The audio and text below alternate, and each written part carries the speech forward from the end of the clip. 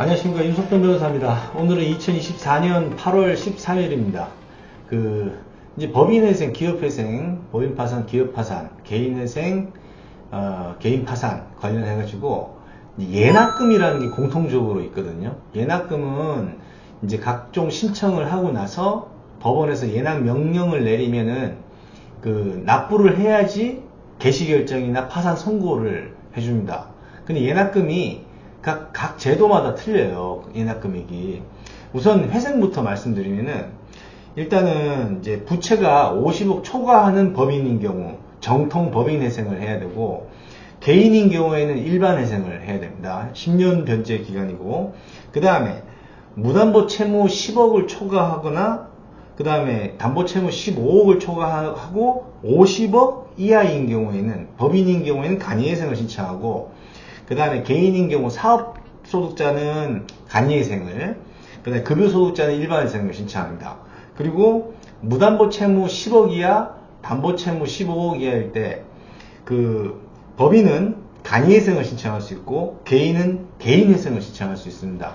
그러니까 부채의 규모와 소득의 형태에 따라서 이제 신청하는 제도가 틀린데, 부채가 50억 초과하는 정통 법인 회생의 경우에는 자산 총액을 기준으로 해가지고 예납금을 매기는데, 예를 들어서 부채도 자산이거든요. 그래서 자산은 자본 플러스 부채이기 때문에 100억 정도 채무가 있다 그러면은 3,500만원 수준에서 플러스 마이너스 됩니다. 그리고 부채가 200억, 300억 넘어가면은 이제 예납금이 5천만, 6천만원 이렇게 나올 수가 있어요. 다만 이거를 이제 적정하게 지원받는 게 있어요. 중소기업진흥공단에다가 이제 회생 컨설팅 프로그램 지원 제도라는 게 있거든요. 그걸 신청해가지고 이제 지원 대상으로 합격이 되면 예납금을 지원을 해줍니다. 국가에서, 중진공에서. 자, 그런데, 간이회생 같은 경우는 부채가 50억 이하인 법인 또는 부채가 50억 이하인 개인 사업자가 하는 건데, 요거는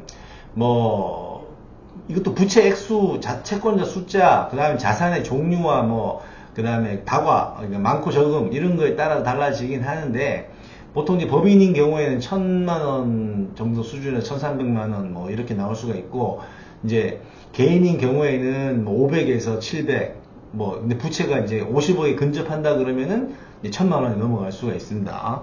자, 그리고 무담보 채무 10억 이하, 그 다음에 담보 채무 15억 이하일 때는, 회생의 경우는 이제 법인 같은 경우는 간이회생을 하니까, 간이회생은 아까 얘기했듯이 700에서 1,000만원, 1,000만원, 1,300만원 요 정도 사이에서 예납금이 책정이 되고, 이거는 법원마다, 지역 법원마다 틀리고, 이제 개시결정을 하게 되면은 조사위원이라고 하는 회계법인이 하나 선정이 되는데, 회계법인이 자기들 보수 견적을 내요. 견적을 내서 이제 그걸 가지고 책정하는 거라, 이제 천편일률적으로 같은 게 아니고 조금씩 금액이 달라질 수 있습니다. 자, 그래서 법인인 경우에 무담보 채무 10억 이하, 담보 채무 15억 이하인 경우에는 700만원 수준에서 왔다 갔다 한다 보면 되고, 개인인 경우, 개인회생은 15만원으로 책정이 되어 있는데, 개인회생은 개인 회생위원이라는 사람이 있어요. 법원 이제 사무관이 되는 경우에는 내부회생위원이라고 부르기도 하고, 이제, 개인회생위원을 하고자 지원하는 변호사들이 위촉돼가지고 있는 경우에는 개인회생 예납금은 15만원으로 정해져 있습니다. 그러니까 변동이 없어요. 내부회생위원이 선정되는 경우는 예납금 안 내도 됩니다. 근데, 대부분 외부회생위원을 선임하고 있기 때문에 실무상 15만원의 예납금을 내야 됩니다. 자, 그리고 이제 법인 파산이나 개인 파산 이거는 이제 부채 규모에 따라서 이제 금액이 달라지거든요. 법인 파산, 기업 파산 같은 경우는 부채가 5억 미만이다 그러면은 500만원, 부채가 5억 이상 10억 미만이다 700만원, 부채가 10억 이상 30억 미만이다 1000만원, 30억 이상 50억 미만이다 1200만원, 50억 이상 100억 미만이면 1500만원, 그 다음에 100억 이상이다 그러면 2천만원 이상의 예납금을 내야 됩니다. 개인 파산의 경우에는 기본적으로 30만원이에요. 30만원인데 부채가 많거나, 그 다음에 채권자 숫자가 많거나, 자산의 종류가 여러 가지가 있다거나 하면은 예납금이 30만 원에서 플러스 알파가 됩니다. 그래서 뭐 10억 단위다 그러면은 예납금이 뭐 120만 원, 100만 원 나올 수도 있고 유동적이에요.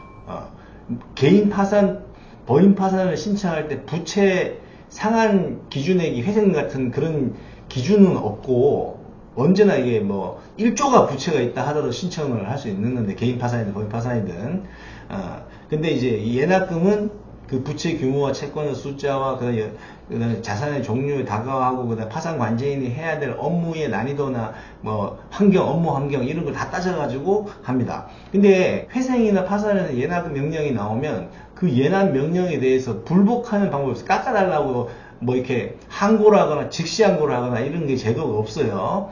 그래서 예납 명령이 나오기 전에 그 예납금을 절감하기 위해서 뭐 각종 개인이나 법인이나 실제 원래 정상대표 기준으로 예납명령을 매기지만 이제 그게 실제 채무가 아니고 장부상으로 분식이 되어 있다 이런 주장을 한다든지 사전에 좀 얘기를 해서 판사님한테 얘기해가지고 예납금을 줄일 수는 있습니다. 의견서 같은 걸 제출해서. 근데 한 번 예납명령이 나오면 그 명령을 법원에서 철회하지 않는 이상은 다툴 수가 없어요. 깎아달라고 다툴 수가 없어요.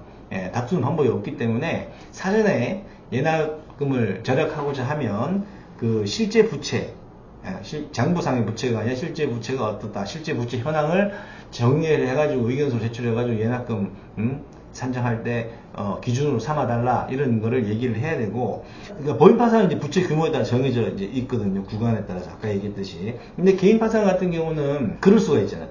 물가 상승률이라든지 그다음에 개인 파산을 신청하는 사람이 이제 기초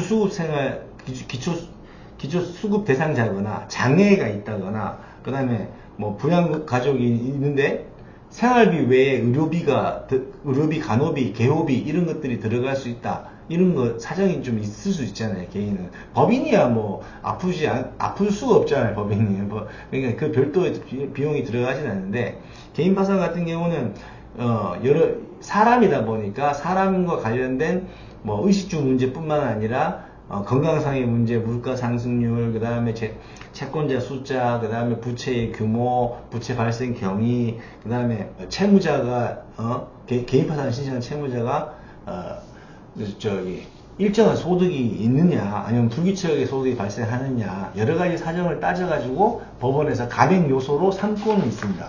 그래서 회생이나 파산을 할 때 공통적으로 예납금을 내야 된다. 예납금을 납부하지 않으면 회생 절차도 기각되고 파산 절차도 기각이 돼요. 그래서 예납금을 납부를 해야만 회생 절차 안으로 진입할 수가 있고 파산 절차 안으로 진입을 할 수가 있어요. 뭐 개인회생이나 그 다음에 법인 파산 같은 경우는 딱 정해져 있어가지고 혼돈이 없는데, 개인 파산이나 그 다음에 법인회생, 일반회생, 간이회생 요거는 부채 규모, 자산의 종류, 그 다음에 그 파산 관제인이 해야 될 업무의 분량이나 난이도, 환경 뭐 이런 것들, 그 다음에 물가 상승률, 그 다음에 회계법인이 조사위원이라고 하는 회계법인이 제시하는 견적 뭐 이런 거에 따라서 유동적입니다. 지방마다 틀려요. 같은 부채 규모, 비슷한 자산 총액을 가지고 있는 회사나 개인이라고 하더라도 지방마다 틀리고 그다음 사건마다 조금씩 차이가 납니다. 그래서 이거는 계략적으로 이제 변호사가 자기 경험에 의해 가지고 이제 사전에 비용 마련을 할 때 계략적으로 어느 범위에서 맥스, 어느에서 미니멈 해가지고 준비를 하고 있어야 됩니다. 이거는 전부 다 회사돈이나 개인 회생이나 파산을 신청하고자 하는 개인의 자금으로 충당할 수 있습니다. 자, 그래서 법인회생, 간이회생 같은 경우 이제 사업 소득자거나 법인이거나 할 때는 이제 회생 컨설팅 지원 프로그램에 예납금을 지원해 주는 게 있어요. 그래서 그런 것들 신청해서 국가의 지원을 받아가지고 예납금을 감소시킬 수 있는 방법, 그 다음에 의견서 같은 거 제출해서 예납명령이 떨어지기 전에 예납금을 줄이는 방법, 이런 것들을 강구해서 최대한 비용을 절감을 하고 그 돈을 가지고 뭐 사업을 한다든지 소득활동을 한다든지, 그 다음에 변제금에 더 추가적으로 변제금을 더 플러스 한다든지 그런 데 사용하는 게 회생 절차나 파산 절차 매끄럽게 진행하는데 도움이 됩니다. 파산이나 회생에서는 예납금이라는 게 공통적으로 들어가는데 그 예납금의 산정 기준은 이렇고 범위로 얘기할 수밖에 없는 그런 케이스가 있고 딱 정해져 가지고 고정된 예납금만 납부하면 준비하면 되는 그런 그 신청 사건이 있는 겁니다. 그래서 요거를 잘 구별하셔 가지고 변호사와 상담해서 사전에 비용을 준비를 해두고 있어야 됩니다. 그래야지 법원에서 예납 명령 내릴 때 제때 납부할 수 있어요. 비용 납부하지 않으면은 기각되니까. 그래서 요거까지 회생이나 파산은 예납금이 있는데 예납금이 어떤 경우에는 딱 정해져 있고 어떤 경우에는 유동적일 수 있다. 이렇게 기억을 하시면 되겠습니다. 여기까지 시청해주셔서 감사합니다.